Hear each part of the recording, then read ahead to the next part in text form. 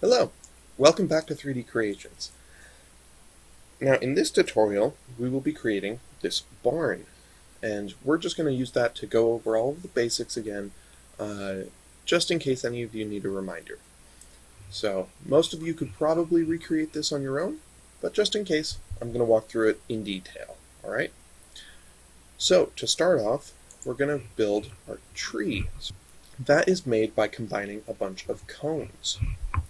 Now, we have cones over here that you can click and drag on out, and that will add a cone to our scene. Now, there's all sorts of little doodads and buttons all over the place that do certain things. Each of the black ones represent one face that you can change where it is and change the scale of that size. Control Z will undo, or you can press up here and redo if you want to go back and forth. Now over here, this one will change the opposite side. Similarly, the white buttons on the corners will change both connecting sides at the same time. Now that is going to come in handy. Now you'll notice that the top does not change. It's always staying the same height. So if we want to change that, there's this white one up here, and that will let us change the height to whatever we want. Just above that, we have a black arrow that will let us change the height of the entire object. That is very useful, especially when creating trees. The only other part that we're missing are these arrows, and that determines the rotation of whatever plane you have selected. By plane I just mean what direction to rotate it in. So now that we've added a cone in our scene and we know how to manipulate it, we can, honestly this one seems a little fine, but trees do not sit on the ground, so I'm going to grab the black arrow and move it up just a little bit, maybe like 6. Now we can either grab another cone and try to line it up, or since we want to keep them relative to each other, we can hit Control C to copy it while this is selected. Won't do anything like this, but if we have it selected, we can hit Control C, or we can hit this copy button up here. And then you can click on paste or hit Control V, and that will add a copy into our scene. Now I'm going to move our new one up a little bit, and because trees, they're shaped like a triangle sort of thing, they get smaller as they go up towards the top of the tree. Now, in order to do that, we can just grab this, but that sort of pushes it into a corner. So, our options are we can hold Alt while moving this, and that will move it to the center instead of a corner. And that's going to be very helpful for us. However, we want to make sure that it stays a perfect circle. So, like, that's not a perfect circle, and it's more squished than we want. So instead, I am going to hold Shift. If you hold Shift while moving a corner, the whole thing will always stay a perfect circle. You can also hold Alt at the same time to move it into the center, and that will allow us to change it, the entire object as is, and it will let us scale down directly into the center. That's looking a little bit better. So now with this top one selected, we can Control C and Control V, copy and paste, and repeat it one last time. And I'm going to drop that down in size, and that's beginning to look a lot like a tree. Now if we select all of these, we can change the color, make it actually look more like a tree instead of just some purple blobs. We're missing a trunk though, and so for that, we can come over here and grab a cylinder. Now as is, that cylinder is pretty much way too big. So what we can do is we can scale it down, hold Shift if you want to keep it a perfect circle. I found 4 It's about the right size. And we need to grab this top one and make it taller. Now it's not really lined up at all.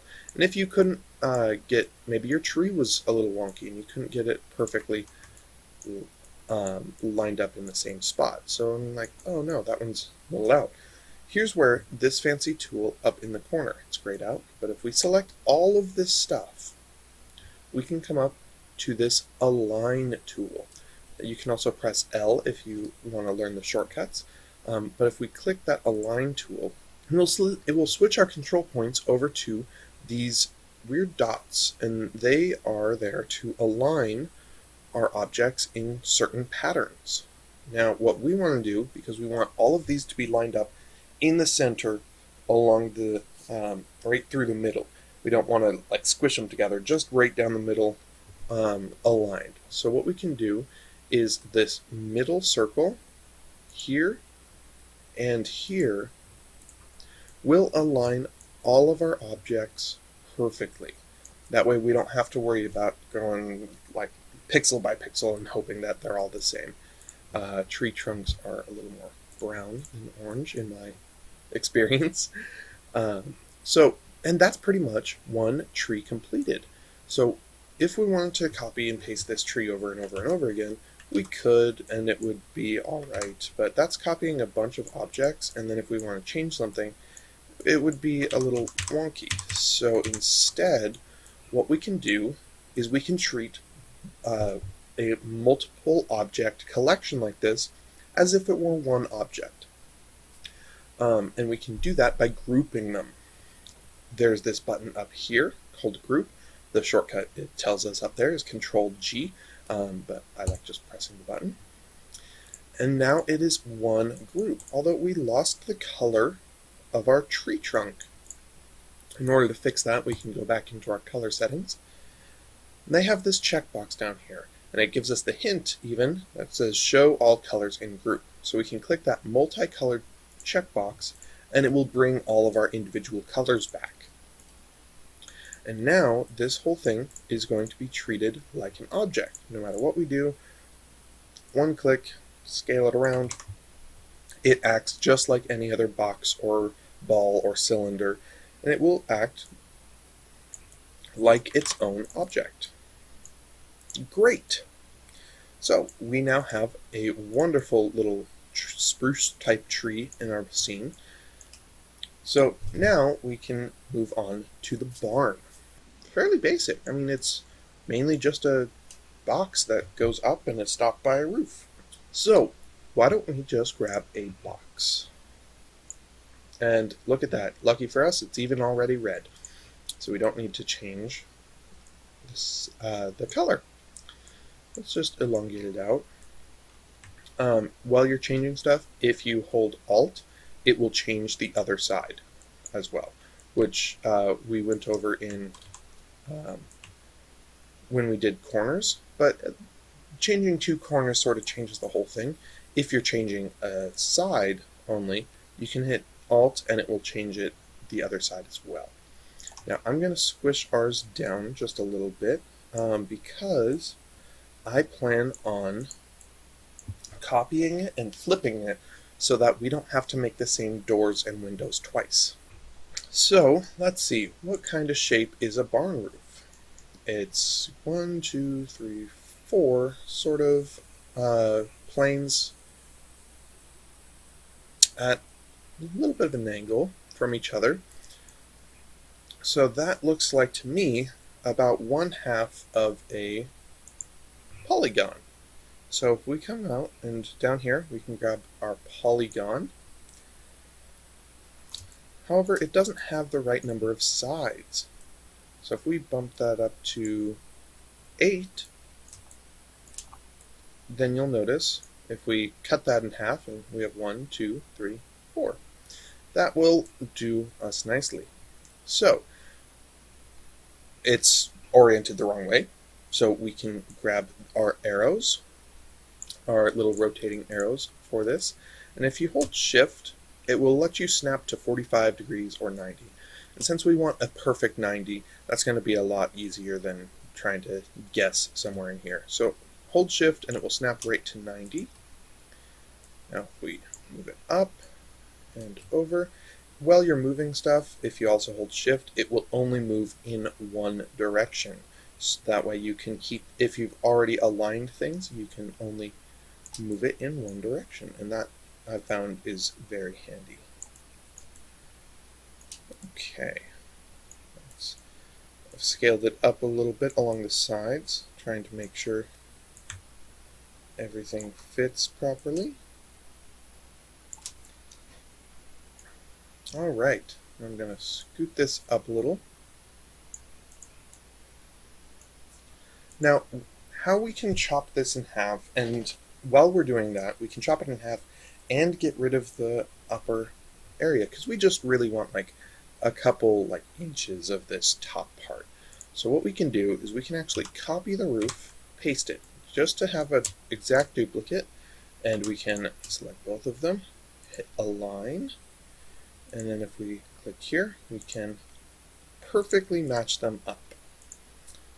Then I'm going to select one of them, drop them down just one, so it's at -1. And now I can select that lower one, maybe scale up the width or the length a little bit, just so they're not fighting over the same space. And we can make that into a hole up here.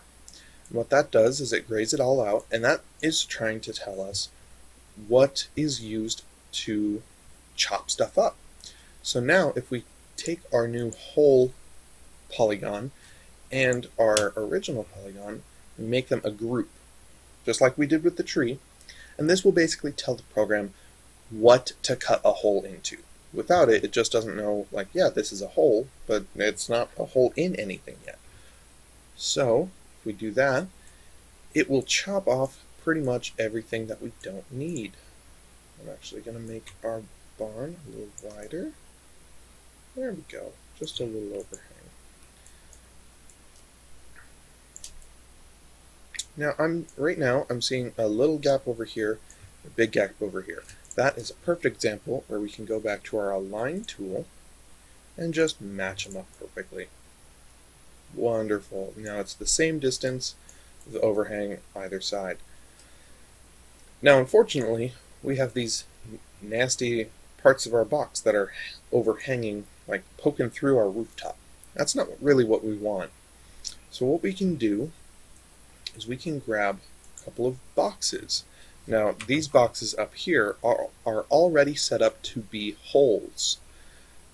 Now why do we want to have holes? Because these sections of our roof are still flat planes. So what we can do is we can try to match up. Ooh. Always feel free to move your camera around if you're having difficulties moving objects the way you want. There we go. So just mess with it until you can get one of those sides to cleanly cut through the roof. And then we can just copy and paste and repeat the process up on the next plane. And basically what we're doing is we are making one box for each part of the roof. There we go. And now if I take both of these, because since we've already done one side and the way we made this was symmetrical, we can actually take this, copy and paste it so that we have the same thing. We can try to apply it to the other side. Now in order to do that, we need to flip it around. Now you could grab it and rotate it around 180 degrees. That works fine. Or if you have a more complex thing, you can hit this mirror button up here, right up here at the top. And then we can click on those arrows. It pops up different control surfaces, different control points, just like our align tool. Now we want to click on this one because we want to flip them this way. and then, oops, we select that, flip it. Now we can select both of those, move them in to position,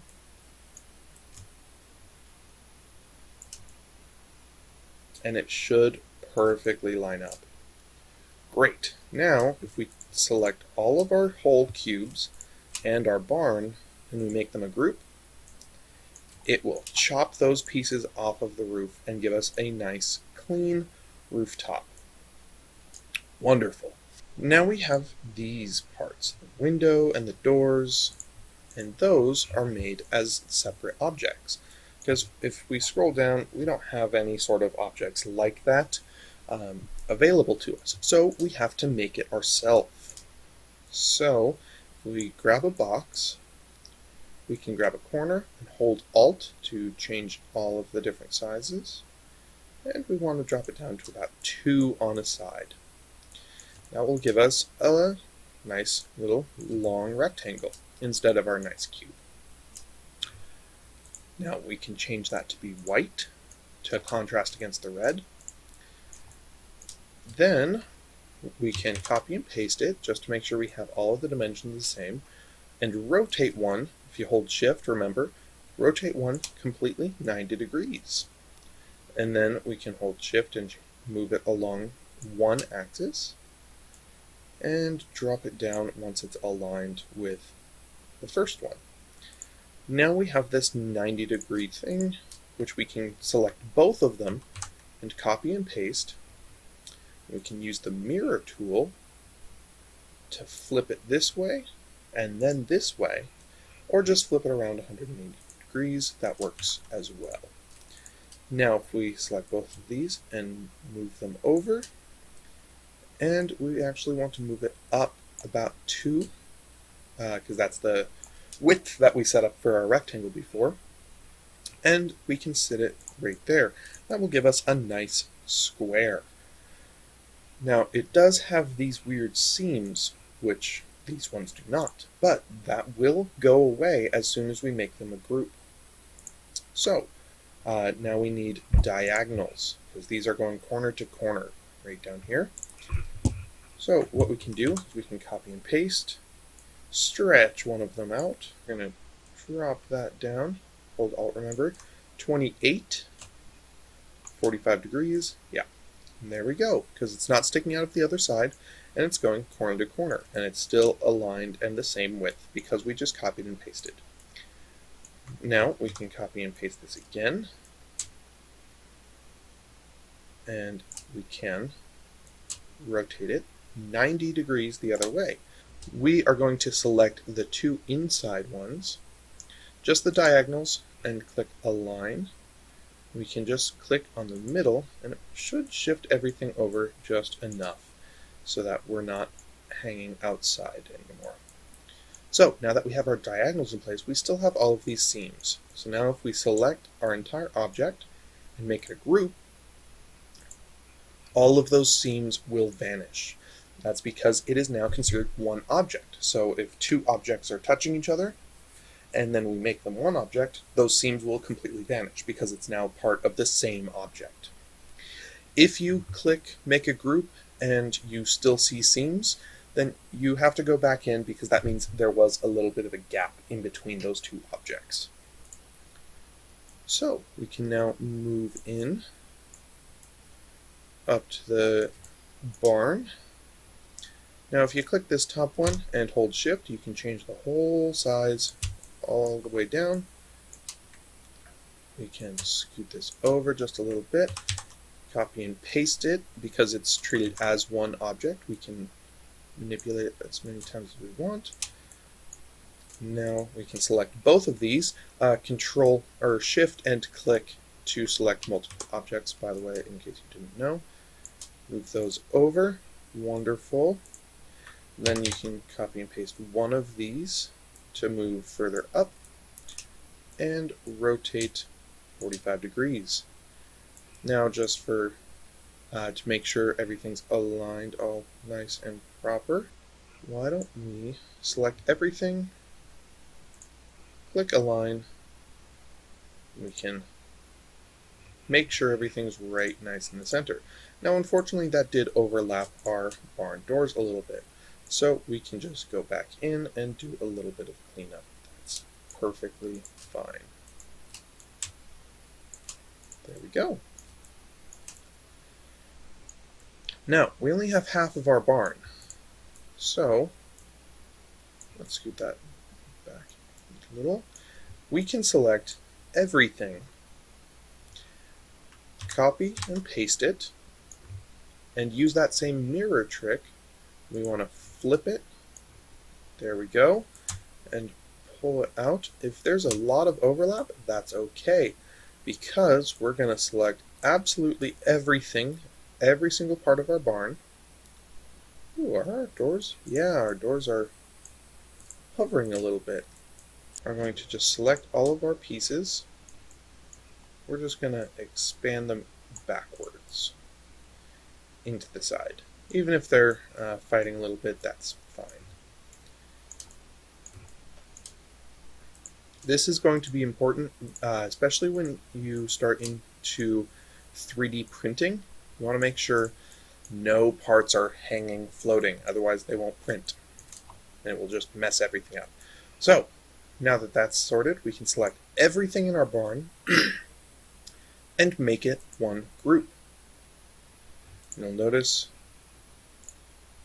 it is all one color again, so we can go in and change that to multicolored, and all of those seams are gone. And we have a wonderful looking barn. Now, we go back to the original. Ours is a little thinner, but that's okay. We have this wonderful fence going around the outside. So, we head back. Let's give ourselves a nice little paddock for our barn. We can drag a square out here, and once again drop it to about 4 by 2, because these guys are actually rectangles, so they should be twice as long as they are wide. So 4 by 2, let's make them taller, and then we can take this roof piece right here, because that's just a nice triangular piece that we can use, and we can go in and make it the same width of 2, move it up towards the top, and remember, if you hold Alt, you can change the other side as well. Drop that down, and give ourselves the picket fence sort of look. Select both of those and give it a nice white color. Go ahead and make that a group, because that is now one plank of our fence. And we can go ahead and just copy and paste it. Give yourself a good distance between them. And copy and paste. Right about there. Make sure you have about the same distance between each. Now, if you want to copy all 3 and hit copy and paste, you can do more work than you would before. So now we have 6 pieces. Why don't we give one of these individuals a copy and paste? We can use that, double click to edit the group, and then we can delete that top face, rotate it 90 degrees, and hold Alt to stretch it out. This will be the back plate, the back plank holding the fence together. Oops. Now, this, we can copy and paste this, drop it down, and that is a wonderful section of a picket fence. However, you may notice that if we copied and pasted this, say we went in, made this a group, wonderful, we now have a section of a picket fence. But if we copy and paste it, and you try to match it up, we don't have a gap in between these two. That's not exactly what we want. So instead, we need to make sure that this is a pattern that can be used over and over again, a repeating pattern, so that the one object will flow into the next. Now, how do we do that? We can do that by double-click to edit the group if you made it a group, or just don't make it a group yet. We can take these back planks and shift them over just a little. We want it to be about halfway through the first picket fence. Then we can expand out one side. And then we copy and paste and shift it over. We should have matched it up so that we have a gap that matches all the others and a seam behind one of those picket fences. And that is how you can create modifiable repeating objects. And because we've done that, we can now copy both of those and paste and get a very long chain going. Now, with all of these, I'm going to make this whole piece one big group. Now we can take this whole thing, copy and paste, throw it to the other side, and we can either rotate it or mirror, flip it around the small way. Now that the supporting planks are on the inside of our paddock, we can select both of these, and we can grab this, hold shift, and push it all the way in. Now, unfortunately, it moved it away from the edges, so we can scoot that back out. And then, we're going to have to do a little bit of cleanup. Now, if we grab, we can copy and paste. And then we can rotate this 90 degrees to fill in that gap. However, unfortunately, it doesn't line up as well as we want. We've got some overhang here, and actually this side looks pretty good. So, we just need to, since this side looks fine, we just need to do a little bit of cleanup over here.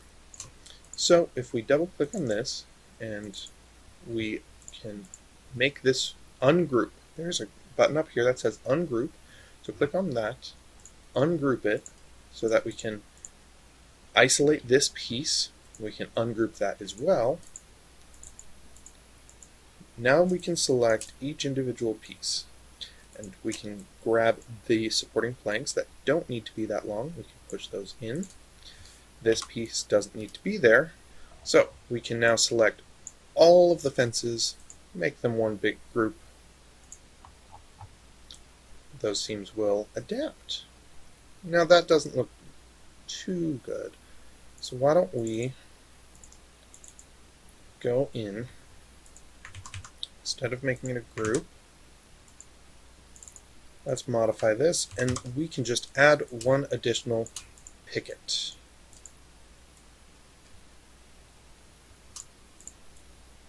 It's a little cramped, but nobody will notice. Now we can regroup. There we go. And now we have a wonderful picket fence, a nice tree, and a barn. From here, this should have been a nice overview of the basics and learning some techniques to copy and paste and repeat objects. So, hope you had fun. Thanks. Have a great week.